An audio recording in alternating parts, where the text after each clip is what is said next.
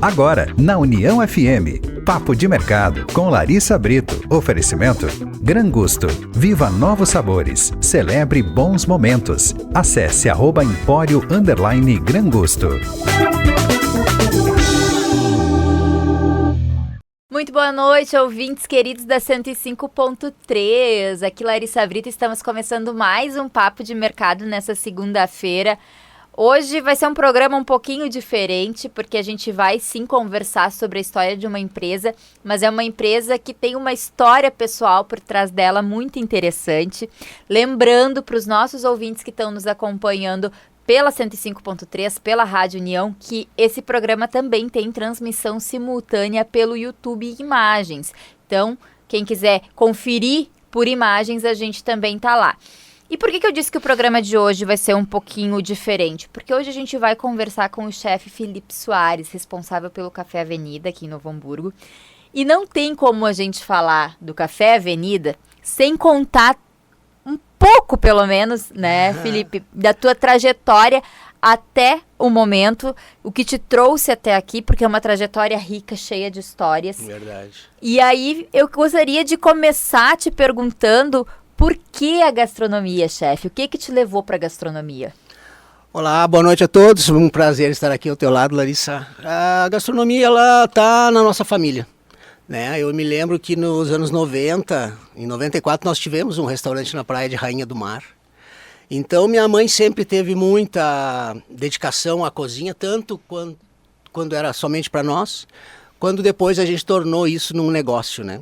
E aquilo ali ficou, aquela sementinha ali ficou, né? E mais tarde, então, no ano de 97 para 98, eu decido me profissionalizar, né? Então, me desloco daqui de Novo Hamburgo para Natal, no Rio Grande do Norte, onde curso a Escola de Turismo e Hotelaria Barreira Roxa, lá em Natal. E por que Natal? Porque na época tinha muito poucas opções de gastronomia, né? Ainda mais um curso técnico, que é mais rápido de colocar no mercado. Né? Então eu decido fazer esse aí, vou para lá, me dou muito bem, tanto que antes de estar formado, na segunda turma do curso, a gente já estava todos contratados pela Rede Macro Atacado. E uma região que tem um mercado, né, gastronômico bem aquecido, por ser uma região turística, Naquela né? época estavam explodindo os que hoje são muito comuns, os resorts no Nordeste. Sim. E aquela mão de obra, ela era escassa. Então, o Nordeste todo se uniu para que houvesse mais escolas de gastronomia, a fim de abastecer essa mão de obra desse mercado que estava crescendo muito rápido, Sim, né? sim. E que hoje absorve milhares e milhares e milhares de profissionais da área, né? Tá, e aí tu vai pra lá, tu começa teu curso, como é que era esse teu primeiro trabalho lá? Meu primeiro trabalho foi no Macro Atacado, porque antes de terminar o curso nós fomos contratados, então porque iam abrir uma loja, a 29ª loja no Brasil, em Natal, e nos mandaram para Fortaleza para treinamento. Na volta, o gerente geral de restaurantes Macro Brasil me chamou para uma conversa e disse que eu tinha um perfil mais de liderança até do que propriamente de cozinheiro. Então eu já comecei num cargo de chefia dentro do Macro Atacado, né? O que depois veio a ser ruim para mim. Posso explicar mais tarde o que aconteceu. Mas a questão toda é que se eu estudei para fazer comida e lá eu tinha que fazer relatórios. Então não era muito a minha praia e eu acabei ficando infeliz com esse trabalho. E durou 6 ou 7 meses e daí eu saio e aí começa essa grande aventura aí que a gente vai falar um pouco, né? Como que foi esse começo? Onde que tu começou? Quais foram os desafios também que tu encontrou? Conta pra gente. Bom, na época eu era um cara muito livre, assim, né? Eu gostava de surfar. Eu nunca fui um grande surfista, mas eu pegava minhas ondinhas todos os dias, né? Porque eu morava a 400 metros da escola, na frente da pousada onde eu vivia dava onda, que é na Praia do Meio, Natal. Então eu acordava às 5 da manhã, o sol lá já tá pino. Sim. Ia surfar, às 7 horas estava na escola. Então era uma vida boa. Né?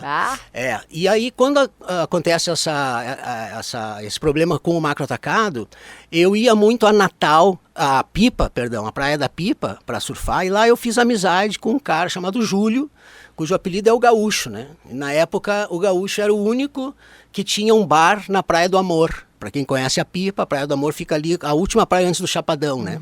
E ali tinha o bar do Gaúcho e eu me mudo para lá. Né, com um acordo de tocar a gastronomia da barraca e em troca de estadia. Então eu fico morando em cima do barzinho. Literalmente pé na areia, o dia inteiro de sunga. Ele vendia as bebidas e eu fazia as comidas, né? E quando terminava, a gente se reunia ali, ficava junto, era uma festa, assim, uma coisa bem familiar, foi uma experiência muito legal, meio hippie, assim, até, né? Porque o turismo é legal por isso, porque todo dia chega gente nova. É muito difícil tu te cansar, né? Sim. Porque tu hoje conhece uma pessoa, essa manhã partiu, chega outra, é outra conversa, é outro astral, outra vibe, né? Foi uma experiência muito legal. E aí que acontece de eu conhecer um português que vem me convidar para ir surfar em Portugal. Nunca houve a intenção de ir para a Europa cozinhar, né? O que te levou para a Europa não foi a gastronomia. Não, foi conhecer o Portugal, né? Conhecer a Europa e surfar. Tanto que eu levei 2 pranchas, não tinha quase nada de dinheiro, uma mochila, né? E eu fui para casa do Pedro Coelho da Silva, um advogado, que é esse cara que me convidou, e fiquei lá. Por essas razões aí que a gente não sabe explicar muito bem, né?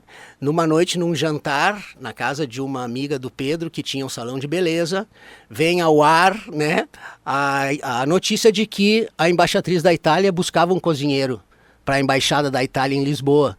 E ela era cliente desta pessoa que era dona do salão de beleza. E quando ela soube que eu tinha chegado e era formado, ela simplesmente disse: eu tenho uma cliente, que é a embaixatriz da Itália, que está procurando um cozinheiro. Olha só, né? Quando é pra ser, né? Não adianta. Quando é pra ser. E aí isso era uma sexta-feira, dia 5 de abril de 2000, e eu pedi para ela me levar lá. No outro dia nós fomos lá, conversamos com a embaixatriz, eu fiquei de fazer um teste, e essa entrevista durou 7 anos. 7 anos eu fiquei como cozinheiro residente da Embaixada da Itália em Lisboa, morando dentro da embaixada, né? Portanto, assim, um cargo super importante, porque toda a gastronomia da embaixada, seja ela dos adidos militares, do consulado, da embaixada em si, da casa do embaixador, toda ela era minha responsabilidade. Não, e quando a gente fala em embaixada, a gente não está falando de qualquer gastronomia, né? A gente está falando de algo, porque são jantares, são pessoas importantes que são recebidas ali, né? A cada 48 horas tu tem alguma atividade oficial, né? Porque a política, ela é importantíssima na nossa vida, a gente não se dá conta, até porque aqui não é muito legal, né? Mas quando tu tá em países civilizados, de primeiro mundo, a coisa flui com boas intenções. Então a gente vê que tantos negócios, tantos acordos, tantos arranjamentos são feitos assim que afetam a nossa vida. A diplomacia, né? A diplomacia, né? Então, assim, daqui a pouco o cara faz uma lei lá que vai te impedir de fazer não sei o que depois. Então, assim, é algo muito importante. Então, tinha muitas reuniões de trabalho, né? Ministros de Estado, subsecretários, depois embaixadores, primeiros ministros e presidentes da República, né? Eu cheguei a fazer 2 eventos. Quem que tu lembra, assim, de muito importante que tu cozinhou nessa época de embaixada? A nível político, Larissa, assim, ó, o próprio presidente da Itália na época, o Carlo Azeglio Ciampi, e o Jorge Sampaio, que era o presidente de Portugal, nessa altura que eu estive lá, né? Durão Barroso, primeiro-ministro pelo PSD, um partido de direita, né? Depois José Sócrates, quem mais? O Guterres, esse que agora é presidente da ONU. Esse cara almoçou minha comida. Que loucura! Sim, isso é muito legal. É sabe? Muito legal. Então todos, assim, depois Giuliano Amato, primeiro-ministro da Itália, um pouquinho antes de perder as eleições pro Berlusconi, ele esteve na embaixada também. Então nós fazíamos muito a caipirinha, me lembro assim, de fazer caipirinha a rodo para eles, né? Porque sim, porque daí ela dizia, tem um chefe brasileiro aqui. Exato, o nosso cozinheiro é brasileiro e eles já diziam caipirinha, né? E eu fazia super bem a caipirinha deles, né? Então, assim, esse relacionamento com essas pessoas foi de suma importância para mim em todos os sentidos, né? Principalmente para abrir a minha cabeça, né? E perceber que a gente é uma pecinha muito pequena dessa engrenagem toda aí, que é o mundo, né? E os interesses que estão por trás de todas as decisões políticas e diplomáticas, né? Que no fundo, gente, é o dinheiro. É isso que conta. É verdade, influência, né? Muito. Bom, e aí depois, né, tu relatou aqui pra gente essa tua experiência na embaixada, depois o que vem? Na verdade, o que acontece? Eu entrei em 2000, saí em 2007, foram 2 missões diplomáticas, né, com 2 famílias, a família Cosentino e a família Barbarani, o Emílio Barbarani, o senhor Emílio Barbarani, embaixador, inclusive é padrinho de batismo da minha filha, Vitória Federica. É muito legal isso aí. Nós batizamos ela no Paço da Rainha, que era um palácio da Rainha de Portugal, onde agora é o Exército, na capela do Paço da Rainha, na pia batismal, onde batizavam nobres, né? Então, assim, é cada história que rola, assim, quando eu penso nisso, né? Porque hoje eu só lembro disso quando eu olho a carteirinha de batizado. Aí eu lembro assim, esse batizado foi lá naquela capela da Rainha de Portugal. Não, coisas que a gente não consegue, às vezes, dimensionar, né? Não. Só com o tempo mesmo. Inclusive porque, para que as pessoas entendam por que nesse local, porque o Paço da Rainha, ali no bairro dos Anjos, em Lisboa, ele fica de frente para o Palácio do Conde do Pombeiro. O Palácio do Conde do Pombeiro, o Conde do Pombeiro era marido da ama da rainha. Por isso eles moravam na frente do Palácio da Rainha e por baixo tem uma passagem subterrânea ligando os 2 palácios. Hoje não mais, mas na época sim, né? E eu imagino que por causa do frio, das intempéries do clima da Europa, então eles faziam essa passagem por baixo ali. Então foi uma coisa muito, muito bacana. E em relação ao futuro depois da embaixada, porque em 2007 o embaixador que entrava, ele trazia o cozinheiro dele da África do Sul. Então, como eu residia dentro da embaixada, eu tinha que deixar o cargo e deixar a casa a mim destinada. E o que aconteceu? Como nos 7 anos que eu vivi lá dentro, o cliente interno nas mesas da embaixada eram só gente muito importante, eu me coloquei nesse patamar de servir esse tipo de pessoal. E o embaixador Barbarani foi que me deu o empurrão. Né? Então, assim, eu fui trabalhar depois para 3 banqueiros. Banqueiro, gente, não é bancário, é banqueiro, é o dono do banco. Né? E um bilionário. Então, assim, as experiências que eu tive a nível gastronômico foram sempre de total liberdade financeira, liberdade geográfica. O que o cara queria comer não interessava, eu tinha que arranjar, porque não faltava dinheiro. Então, diferente da embaixada, que tu trabalha com orçamento, quando eu saio para trabalhar como personal chefe dessas pessoas muito importantes na Europa, aí então eu vejo de que maneira se vive realmente lá em cima, né? E o que tu lembra, assim, de mais excêntrico, mais difícil que te pediram, um perrengue que tu tenha passado? Foram vários. Deve ter alguma coisa aí, né? Não, tipo assim, desde um dia estar no salão da embaixada, olhando uma amostra de moda, conversando com uma senhora do meu lado, super simpática, uma italiana, e no fim da conversa eu perguntei o nome dela, ela disse Prada, Miuccia Prada. Então, assim, essas coisas são muito interessantes.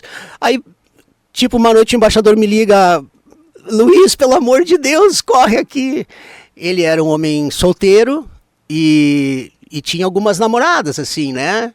E um dia uma estava lá e a outra chegou sem avisar. Olha só. Olha só. E eu tive que fazer uma mágica de tirar uma pelos fundos enquanto a outra entrava pela frente. São coisas que eu posso dizer nome, coisa, mas não se faz, né? Porque são pessoas conhecidas, mas são perrengues bastante engraçados, assim, né? E do ponto de vista gastronômico, assim, nesse período, principalmente quando você estava trabalhando ali para as pessoas, né, de mais alto poder aquisitivo, não dentro da embaixada, tu lembra de algum pedido que tenham te feito que tu pensou, nossa, onde que eu vou achar isso agora, a essa hora, como que eu vou fazer isso? Tinha coisas difíceis. Os mais difíceis normalmente quando Dom Rafael del Pino Calvi Sotelo, que é o bilionário espanhol, gostava muito de tartufo, a trufa. E tu sabe que elas são de estação, não é sempre que se encontra, né? E a primeira vez que eu fui atrás, eu fiquei assim, feliz, né? Por estar mexendo com um produto tão caro, né? Eu me lembro que era 6.000 euros 1 quilo de trufa, né?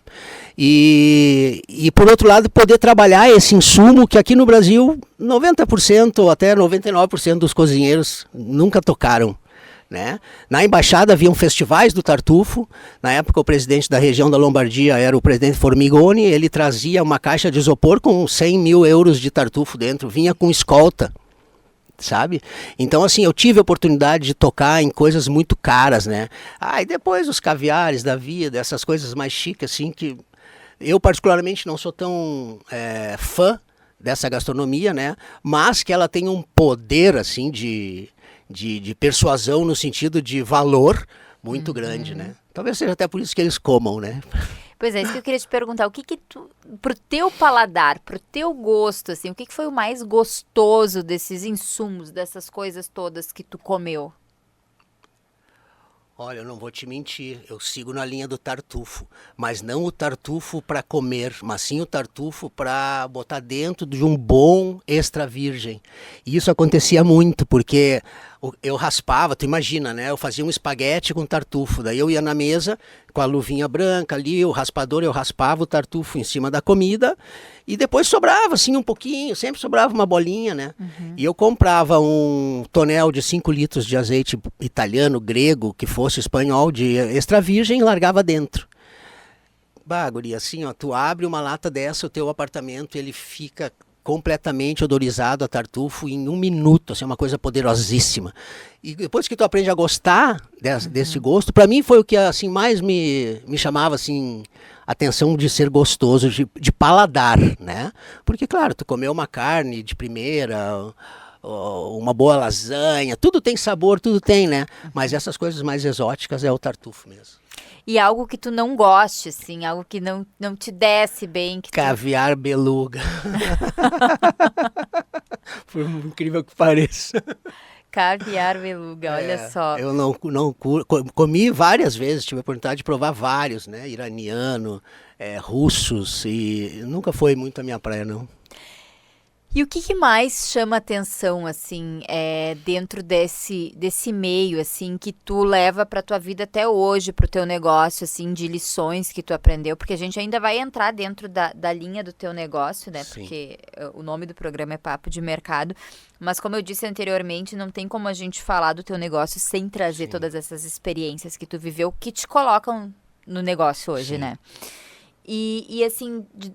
Todas essas excentricidades e dessas peculiaridades desses espaços que tu ocupou, o que tu traz, assim, de mais valioso pro teu dia a dia como empresário? Olha, Larissa, o que eu trago de mais forte foi o fato de eu ter envergado até o chão, mas nunca ter quebrado. Então, o que eu aprendi lá é largar um pouco a narrativa do mimimi e botar a mão na massa. E eu acho que hoje a gente aqui vive muito isso, sabe? É muita narrativa de teoria e muito pouca ação, né? Então lá eu aprendi a trabalhar com seriedade, a respeitar a minha profissão, a respeitar a mim mesmo, dar tudo que eu tinha para dar, porque quando tu tá numa situação de imigrante, se tu não trabalhar, tu não come, sabe? Tu não tem a casa de um tio, de uma tia, tu não tem ninguém para te socorrer, se tu tiver um perrengue qualquer, tu tá sozinho. Então tu tem que ser autossuficiente, né? Isso tu só consegue com muita seriedade. Então assim, eu acordava de manhã sempre como se fosse o último dia, assim. Como se fosse o primeiro dia, tanto faz, né? Porque era igual para mim. Então isso me trouxe uma maneira de ver o meu negócio hoje com outros olhos. Né? Tem algumas barreiras que eu ainda sinto assim, muito preconceito. Por exemplo, aqui no Brasil tu diz eu sou cozinheiro, é meio assim, né? Meio de segunda. Lá na Europa eu era aplaudido de pé por 20 embaixadores europeus depois de um jantar, né? Gastronomia é uma coisa muito séria, levado muito a sério na Europa, né? Então tu imagina, eu caí de paraquedas dentro da embaixada da Itália, recém-formado. Não, e sai de uma realidade que nem a gente estava falando, né? Tá meio hippie, assim, pé meio na areia, hippie, total, pra uma embaixada. Para uma embaixada, né? Com protocolo diplomático. Hoje eu sei colocar uma mesa com protocolo diplomático. Eu sei ordem de talheres, eu aprendi tudo que eu aprendi, assim. E como que foi esse processo de aprendizado? Assim, foi difícil de difícil, memorizar? Foi difícil. Para tu ter uma noção, para eu fazer um jantar para 30 embaixadores, aí eu colocava em média 520 itens em cima da mesa. Nossa, muita coisa. É muita coisa, desde o suplá de prata ao prato branco com borda pintada com pó de ouro, os talheres são de prata, né? Os copos são de cristais Murano, a dotação orçamentária de uma embaixada ela é de altíssimo nível para tu receber as pessoas, porque tu está fazendo comércio. Por exemplo, se viessem portugueses jantar na embaixada, eu servia gastronomia italiana, com produtos, com insumos italianos. Para quê? Para vender aquele produto. Então nós íamos usar uma massa de checo, nós íamos usar uma Barilla, nós íamos usar um extra virgem de não sei da onde, um queijo parmigiano de Parma, um prosciutto de Parma, sabe? Isso era vendável. Quando vinham os italianos, a gente fazia gastronomia do local, que era Portugal, então fazia um bacalhauzinho, uma coisa assim. Então tu tá sempre... Tudo é negócio, né? Tudo é economia, tudo gira em torno de economia. Então era isso aí, a gente tinha esse viés, assim, era uma ordem que chegava, né? E uma curiosidade, assim, tu falando desses processos e de criar pratos, enfim... Porque, assim, acredito que no teu curso tu não tenha aprendido a lidar com todos esses insumos. Como que é essa aprendizagem? Não dá medo de errar quando tu tá lidando com coisas tão valiosas? Como que funciona isso? Eu tive perrengues assim, de uma vez eu esqueci o óleo aceso na cozinha, que eu tava fazendo calamares, e eu fui levar para a sala da residência do embaixador e o azeite explodiu. O azeite explodiu, guria.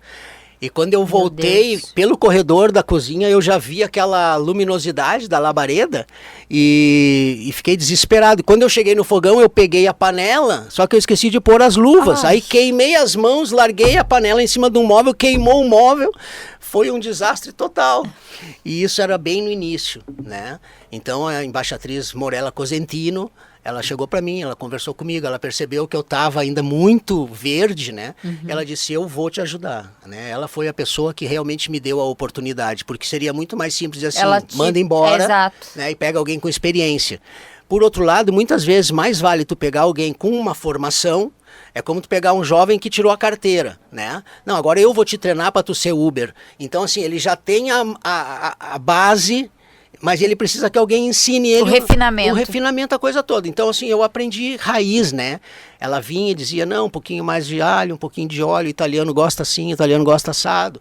Porque uma coisa que eu te garanto, Larissa, é o seguinte, se não tiver bom, eles mandam fazer de novo. Italiano não come de qualquer jeito, sabe? E aconteceu? Aconteceu.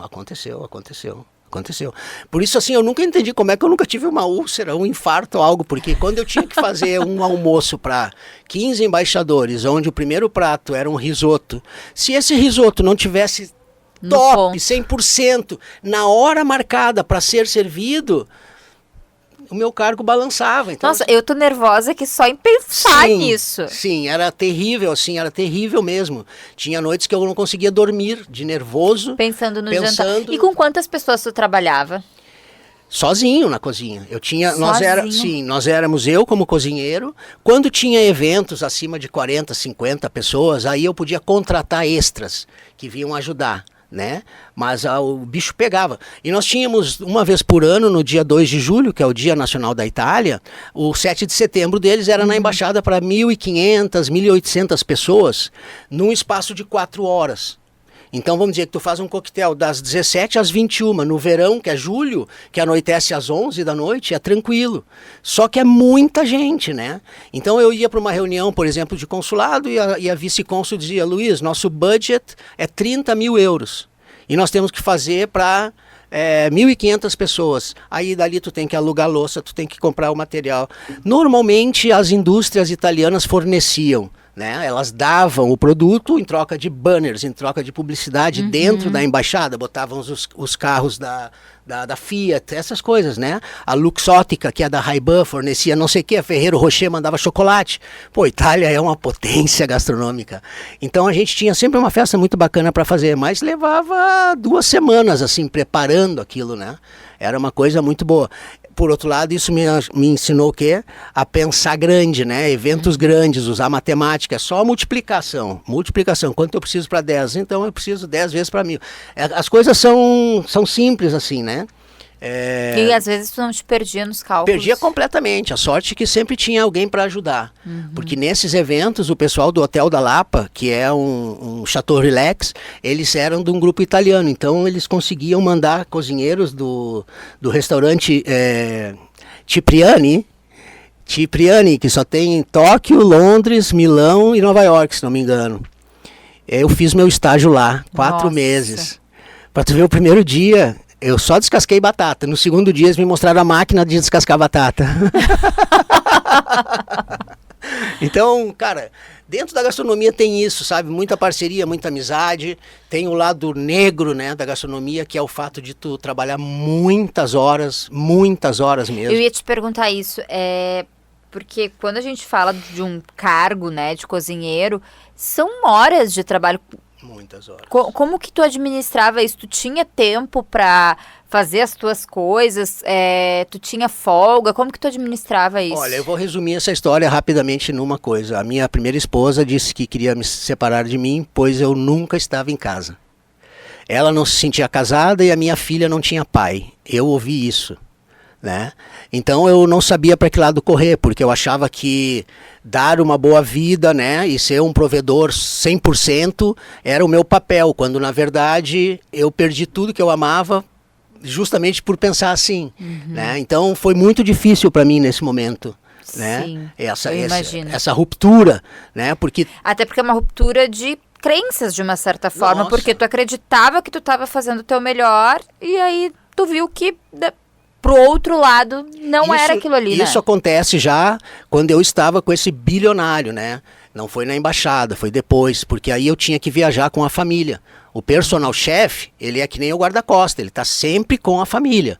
Então nós éramos um séquito, eram 2 crianças, o casal e 14 empregados. Nós éramos em 14 empregados.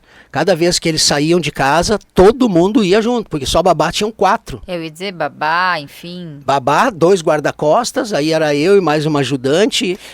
Tu pode falar quem era o bilionário que tu trabalhava? Sim, eu disse antes, é Rafael Del Pino Calvo e Sotelo, sobrinho do primeiro-ministro Calvo e Sotelo, que foi morto pelo ETA, foi explodido no centro de Madrid, na calle Cláudio Coelho, e ele é presidente do Grupo Ferrovial.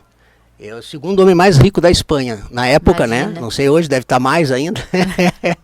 Ele só estava abaixo do Amancio Ortega, que é o dono da Inditex, que detém marcas como Zara, Massimo Dutti, indústria têxtil, né? E a dele é de construção. Mas foi uma experiência fantástica, né? Por outro lado, a certeza de que eu não podia falhar. E eu falhei uma vez. Eu falhei uma vez porque eu tinha...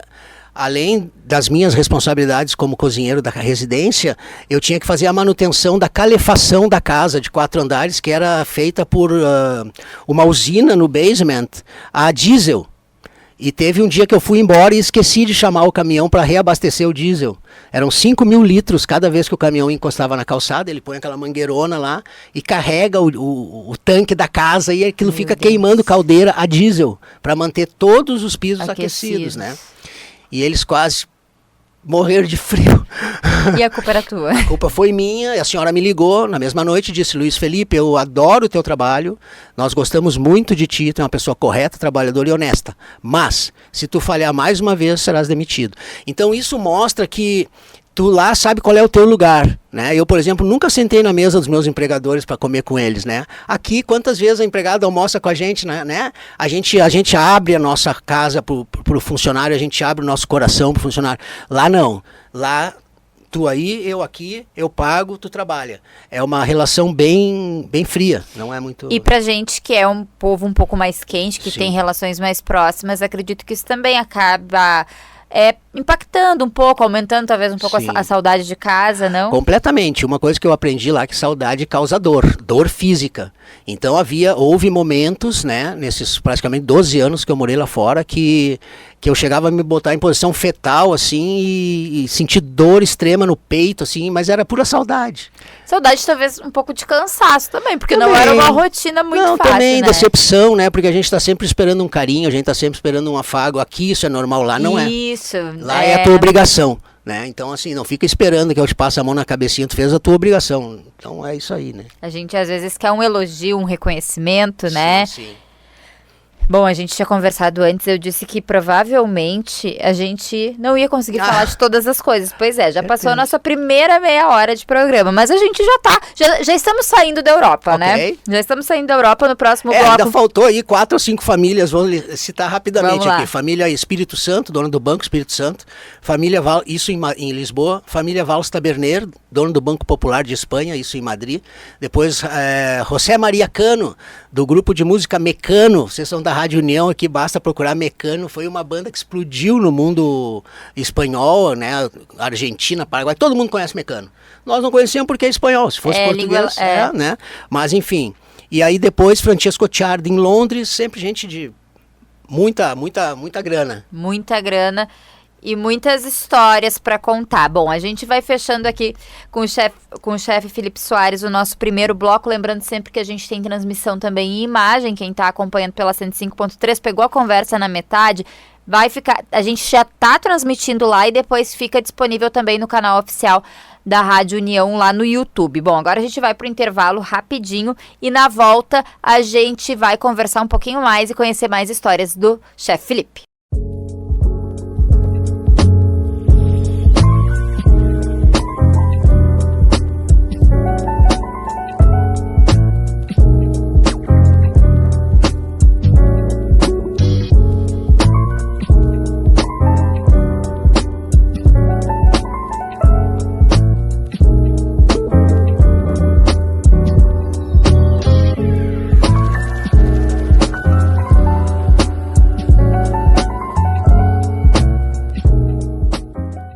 Estamos de volta com o Papo de Mercado dessa segunda-feira, com uma história que cheia de nuances, uma história cheia de histórias, na verdade, né? Histórias. Que é a história do chefe Felipe Soares, responsável pelo Café Avenida aqui em Novo Hamburgo. E durante o nosso primeiro bloco, o chefe nos contou como que ele entrou no mundo da gastronomia, como que teve uma vida de pé na areia, digamos assim, lá no Nordeste, e depois foi para a embaixada lá em Portugal, foi para a Europa, na verdade, e, enfim, trabalhou com pessoas de altíssimo nível, né? Sim. E aí a gente estava justamente falando sobre isso, né? Sobre as famílias que tu trabalhaste como chefe. E eu quero saber como que começa esse movimento. Tu estava falando da saudade, né? Que a saudade é uma coisa que dói. E também da carga de trabalho que tu tinha, que tu acabou perdendo o teu primeiro relacionamento lá, né? Enfim. E aí eu queria entender como começa esse movimento de transição, de pensar, voltar para cá, como que isso acontece? Acontece assim, quando eu me separo, né? Porque é muito diferente, né, gente? Tu deixar e tu ser deixado. Então aquilo foi muito doloroso para mim, né? E quando eu me vi, eu estava sozinho, chegando em casa num apartamento de 120 metros quadrados em Madrid, sem ter ninguém para conversar. Olhava no quarto da minha filha, via aqueles brinquedos, aquilo começou a me causar certa desequilíbrio, né? Essa que é a palavra correta. Que idade a tua filha tinha? Tinha 3 anos, 3 para 4, E aquilo me causou um desequilíbrio bem forte, assim, e eu vi que aquilo ali ia acabar muito mal, né? Para mim. E eu, então, decido botar tudo dentro de um navio e mandar aqui para Novo Hamburgo e sair de novo só com uma mala, né? Porque, entretanto, achei por justo ser dividir tudo o que eu tinha conquistado em 10 anos de casamento com a minha ex-companheira, né? Então cada um ficou com a metade do que a gente tinha e eu fui correr atrás de novo. Mas aí eu já estava com o intuito de que eu teria que voltar para casa, né? Porque uma coisa é tu empreender com a tua família, com aquilo que tu acha que é o teu porto seguro, com aquilo que é a tua carga de energia quando tu volta para casa e recarrega. Quando eu vi não tinha mais nada disso, né? Então eu comecei a me preocupar e viver muito em solidão. Eu vivi muito em solidão, porque os meus horários eram extremamente loucos, né? Eu saía do trabalho, descia 100 metros, pegava o metrô, andava 16 estações e chegava em casa muito tarde, saía de casa muito cedo, então não tinha como isso terminar bem lá, né? Então eu procuro uma amiga minha, chefe Paula Tamburri, da Itália, para quem eu tinha feito trabalhos já para o Dr. Giuseppe Ciardi em Londres, e digo a ela que eu gostaria de tentar outra casa, outro país, porque eu já não estava bem ali, né? Então, para que as pessoas saibam, eu fiquei os 7 anos em Lisboa, depois nós fomos para Roma, ficamos lá quase 1 ano em Roma, depois nós fomos para Madrid, foram 2 anos e meio, depois quase 2 em Londres também. Então foram muitas mudanças, né? Isso com certeza teve um preço a pagar, inclusive naquela situação. Bom, resumindo, eu vou para uma entrevista em Londres com o Dr. Giuseppe Ciardi. Mais uma situação daquelas, né? Eu tava no aeroporto de Barajas, quando aquele avião da Spanair saiu reto na pista e explodiu no fim da pista. Eu tava lá esperando para embarcar. Nossa. E aí o aeroporto é tão grande que ele nem fechou, né? A gente só desviou e saiu por outra pista e deu para ver o avião pegando fogo, aqueles bombeiros, tudo de cima, assim. Foi punk. Mas enfim, então eu vou, eu aviso, né, o pessoal na Espanha de que eu estou indo embora e me mudo para Londres para morar dentro da casa do Dr. Giuseppe para economizar grana e voltar para o Brasil. Essa já era a minha ideia, né? E foi o que eu fiz. Eu fiquei trabalhando ininterruptamente, só guardando dinheiro, guardando, recebia toda quinta-feira em libra esterlina, recebia e mandava. O típico imigrante sozinho, Sim. né? Mas mandava para mim mesmo. Essa também foi uma coisa legal, né? Porque aqui todo mundo tinha condições, minha família, então era uma coisa que eu estava criando para mim, um colchão de segurança para quando eu voltasse para o Brasil. E aí foi o que aconteceu. Eu volto para o Brasil. Que ano a gente está falando? 2011, final de 2011, início de 2012, né? E eu volto para o Brasil e aí eu comprei uma padaria. Na época que eu estava em Londres, eu fiz algumas reuniões com o pessoal do Sebrae e fui aconselhado na época a comprar uma padaria. Foram duas alegrias, a hora que eu comprei e a hora que eu vendi. Enfim, nesse meio tempo que eu estava com a padaria, eu fui chamado, tinha deixado um currículo numa agência de empregos em Porto Alegre, assim, de alto padrão, e chamaram num hotel, aqui no pé da serra, perto de Gramado, mas nunca tinham visto um currículo daqueles. Né? É diferente tu pegar um currículo de um cara que foi 7 anos cozinheiro de uma embaixada italiana na Europa, depois Roma, Madrid, Londres, para gente com muito dinheiro, quer dizer, não é um currículo normal. E aí eles não sabiam nem como me oferecer um salário, né? A gente foi negociando e tal, eu acabei indo para lá, fiquei 30 meses lá, e ao final eu saí, porque houve uma decisão interna que levou o hotel a uma situação ruim financeiramente, né? Eles inflacionaram demais os preços das coisas e nós acabamos ficando vazio e começou a dar problema. Enfim, saio dali e um dia estou em casa olhando um jornal e achei um anúncio que dizia vendo restaurante no centro de Novo Hamburgo. Olha só. Era o Café Avenida. Então por isso que eu digo assim, né, na minha história, normalmente as coisas elas vieram para mim. Não é que eu estava indo atrás delas, né? Então eu estou simplesmente olhando um jornal onde diz que vende um restaurante, não sei qual é, e é o local de gastronomia mais antigo, típico, com mais história. Não tem nenhum negócio em Novo Hamburgo gastronômico com 90 anos, aberto ao público, né? Então eu sou o 5º proprietário do Café Avenida, mas nesse meio tempo ele nunca fechou. Ele se mudou de locais, né? Ele está no 4º endereço, desde que o senhor Omar Guerreiro fundou na General Neto, mas ele continua sendo Café Avenida. E esse foi um dos motivos que me fez não mudar o nome, né? Podia ser restaurante do chefe, podia ser restaurante Felipe, podia ser qualquer coisa. Eu disse, não, vou manter. Porque na tradição. Em Novo Hamburgo, qualquer pessoa com mais de 40 anos conhece o Café Avenida. Já ouviu falar do Café Avenida, né? Então eu deixei o nome justamente para preservar a história e manter um nome forte, né? E deu super certo. Acho até legal contar um pouquinho da história do Café Avenida, Sim. né? Puder resgatar aqui para os nossos ouvintes essa história, como que ele surge, né? Até a tua chegada lá. Pelo que se sabe, por aquilo que eu sei, inclusive de um estudo feito na Unicinos, o Café Avenida ele foi fundado em 1931 do século passado. E desde então ele ficou 60 anos, se não me engano, ou 50 e poucos anos, ali na esquina da General Neto com a Pedro Adams Filho, onde hoje é o calçadão. Servia? Café. Era um café mesmo. Basicamente café. Inclusive eu tenho lá no balcão uma ficha, tipo uma ficha telefônica, assim, que tu comprava o café e retirava no balcão, né? Eu acredito que naquela época não tinha essas coisas de vidro esquentar, devia ser um pãozinho, alguma coisa assim, né? Porque era muito, muito antigo, 1931, Imagina, pensa. quase 100 anos. Então nós temos fotos lá de 37, as bancas nem existiam, já tá lá Café Avenida na parede, né? 1937 37, tem foto na parede do restaurante.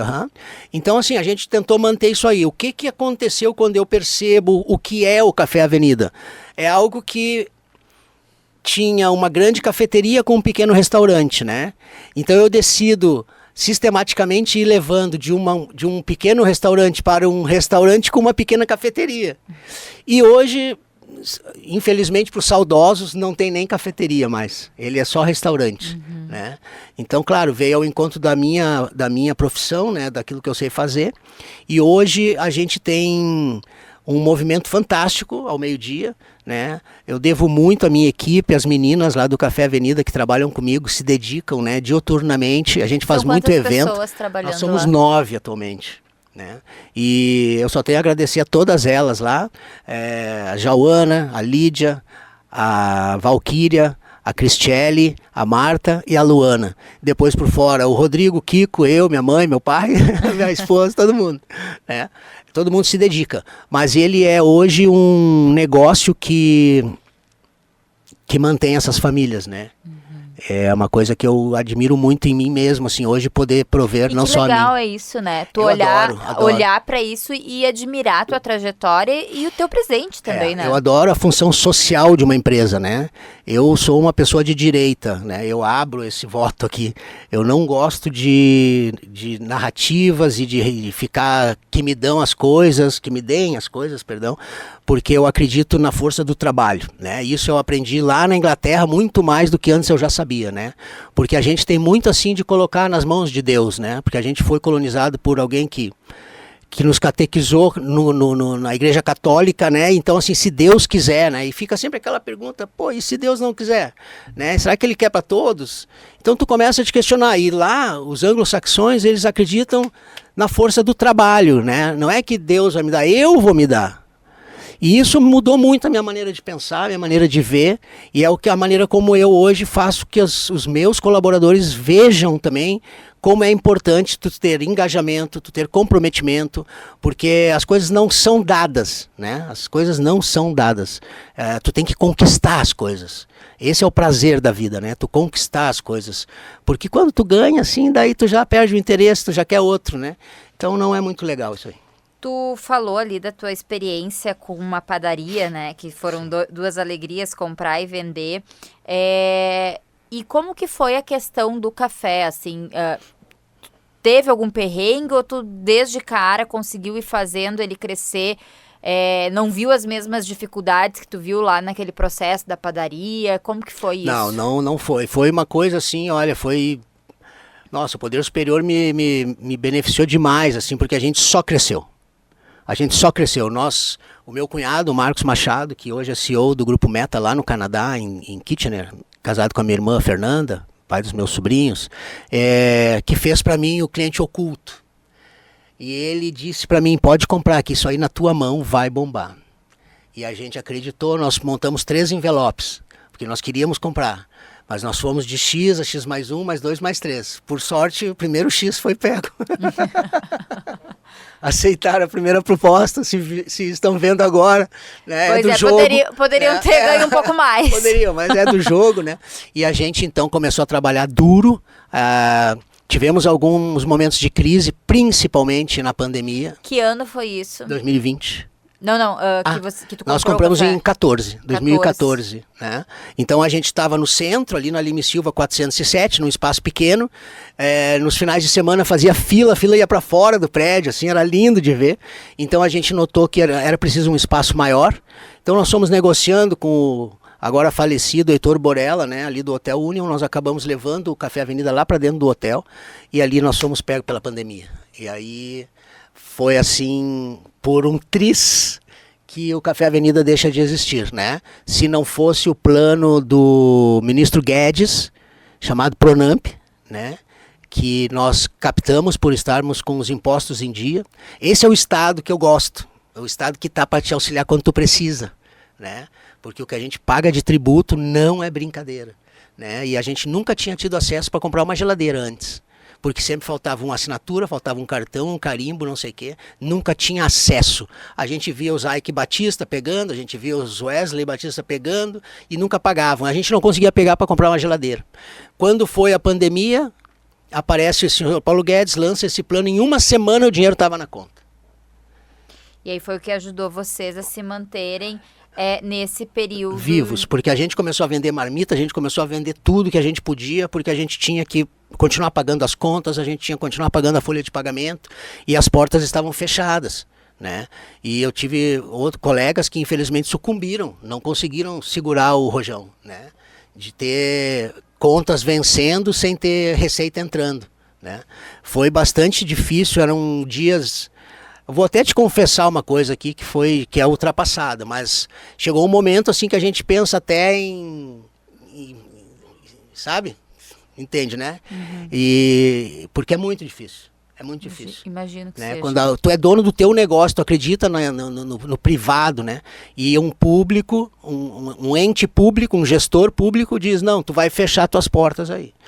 Mesmo que tu diga, não, eu venho só eu sou dono, eu abro aqui, eu corro risco, eu estou disposto. Não, tu vai fechar, né? Sem que depois te dê nenhuma ajuda. Então, assim, é bastante complicado isso aí, eu sei que não é fácil ajeitar para todos, né? Mas eu acho que houveram muitas falhas de acesso a recurso para outras pessoas que tinham algum probleminha aqui, um probleminha aí. Eu, graças a Deus, estava com tudo em dia e consegui rapidamente captar. Mas eu sei que tinha gente com dívidas que não conseguiu e hoje está fechado. E, bom, superado, né, o problema da pandemia, vocês continuavam no mesmo lugar ainda? Não, daí nós saímos. Quando saímos, nós estávamos na pandemia, trouxemos o restaurante para Visconde de São Leopoldo, no bairro Vila Rosa, onde o bairro era carente, nós notávamos, e eu tive a ajuda de 2 irmãos meus, né, que são o Maurício e o Lucas da empresa DGT, que disseram, Luiz, nós temos um lugar para ti. Vem aqui. Aí eu fui lá e eles me levaram. Essa esquina aqui é a tua cara. Traz o teu restaurante pra cá que vai dar certo. E eles sabem, os dois estiverem ouvindo, que eles estão aqui no meu coração, porque foi pra mim o melhor conselho que eu já tive e segui, deu super certo. E nada, hoje a gente tá aí lutando, porque não é fácil gerir um negócio, não é fácil empreender no Brasil, né? As perspectivas de um futuro próximo não são das melhores, né? Eu tenho notado o disparo no preço de carne, por exemplo, que para mim é o que mais custa dentro do meu negócio, né? Tem dias que eu chego a ter variação de R$4 num quilo, né? Então são coisas absurdas assim que tu raramente vê em outras economias, pelo menos economias de primeiro mundo, né? E depois as pessoas dizem para ti que não tem inflação, que tá tudo certo. Eu não entendo, né? Toda semana eu recebo o mesmo boleto, mas mais caro, né? Então a gente está prevendo aí um 25 mais apertado.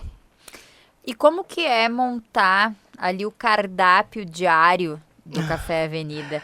Porque, né, é muito diferente de tudo que tu já tinha feito até então, mas assim, mantendo essa qualidade desse profissional que tu é, e também sendo competitivo com o mercado, como que tu faz para fazer esse jogo de cintura todo? Na verdade, o que a gente faz são 2 propostas.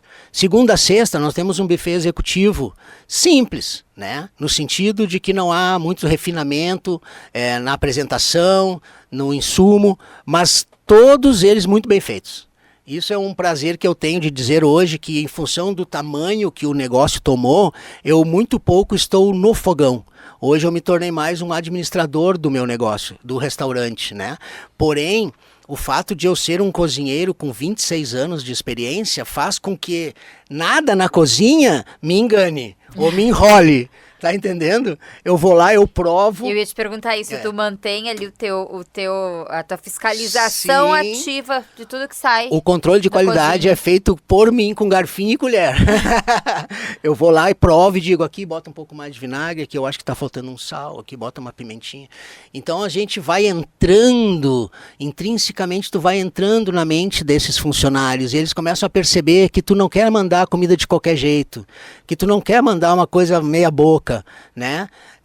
Que tu aprendeste que se é para mandar, manda bem.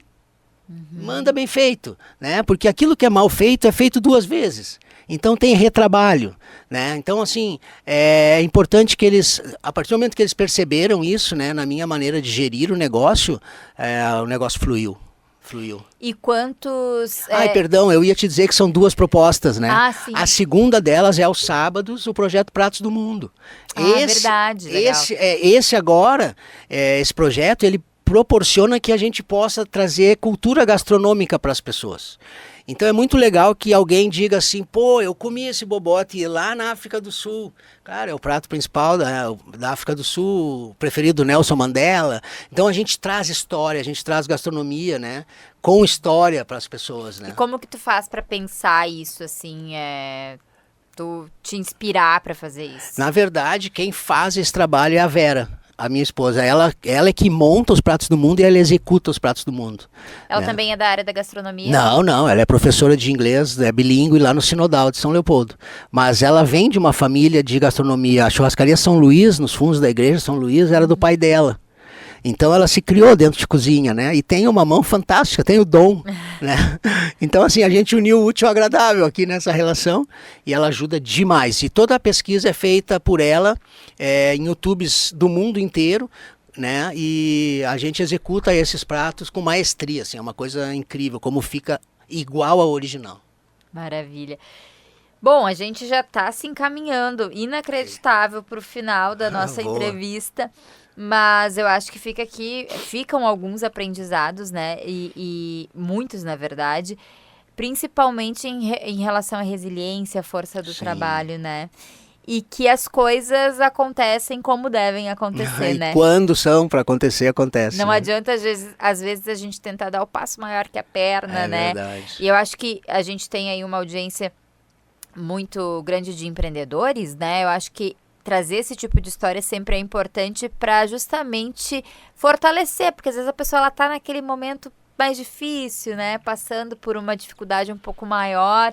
Então, ouvir essas histórias, tu mesmo contou aqui pra gente que passou por uma tentativa de empreender ali, né? Uma padaria e não deu certo, não era o teu lugar, não era o teu momento. E depois tu tem aí um case de sucesso para contar, né? E o que a gente pode esperar aí para 2025 do Café Avenida? Olha, o que a gente pode esperar é a mesma dedicação de sempre, a gente está sempre inovando, a gente está sempre atento ao que o cliente fala, né? Eu costumo dizer para o meu pessoal assim, nunca leve uma crítica para o lado pessoal, né? Leve sempre para o lado profissional, porque aqui tu é profissional. O dia que a pessoa te disser assim, não gosto de ti porque tu é feio, aí tu me chama. Né? Agora o dia que ela disser assim, esse arroz aqui não sei o que, não leva isso pra ti, né? Diga assim, amanhã vai estar melhor. Então assim, é importante ter humildade, né? É importante a gente reconhecer que só tem uma pessoa que nos demite, né, Larissa? É o cliente. Se ele resolver levar o dinheirinho dele para outro restaurante, o meu pessoal, eu sou o último a sair e apagar a luz, né? Mas é assim que funciona o mercado, né? É ele que regula. Não é canetaço que regula a economia, não é canetaço que mantém o teu negócio funcionando. É principalmente dedicação, resiliência, humildade e muita vontade de que dê certo as coisas, né? Felipe, agradeço demais a tua participação e compartilhar com a gente todas essas histórias maravilhosas. Teria muito mais história se a gente tivesse mais tempo. Muito obrigada. Sucesso para o Café Avenida. E convido os nossos ouvintes, nossos espectadores a conhecer o Café Avenida. Passa o endereço. Rua Visconde de São Leopoldo, 198, esquina Pedro Álvares Cabral, no coração do bairro Vila Rosa. Horário de atendimento? Das 7 da manhã estamos abertos até as 14h15, 14h30. Certo, então fica aí o convite de redes sociais do Café Avenida. Tem @restaurante Café Avenida. Então já sabem, né? Daqui a pouco aí, final de semana, ali no sábado, quiser provar uma comida diferente, vai lá no Café Avenida. Na própria semana, né? Vai lá e confere o buffet do Café Avenida também. Isso aí. Agradeço demais a sua participação. A gente vai ficando por aqui. Lembrando que o programa vai ficar disponível no YouTube através de imagens e a gente se fala de novo na segunda-feira que vem com mais uma história inspiradora aqui no Papo de Mercado. Tchau, tchau. Você ouviu Papo de Mercado, todas as segundas, das 8 às 9 da noite. Oferecimento Gran Gusto. Viva novos sabores. Celebre bons momentos. Acesse @empório_Gran Gusto.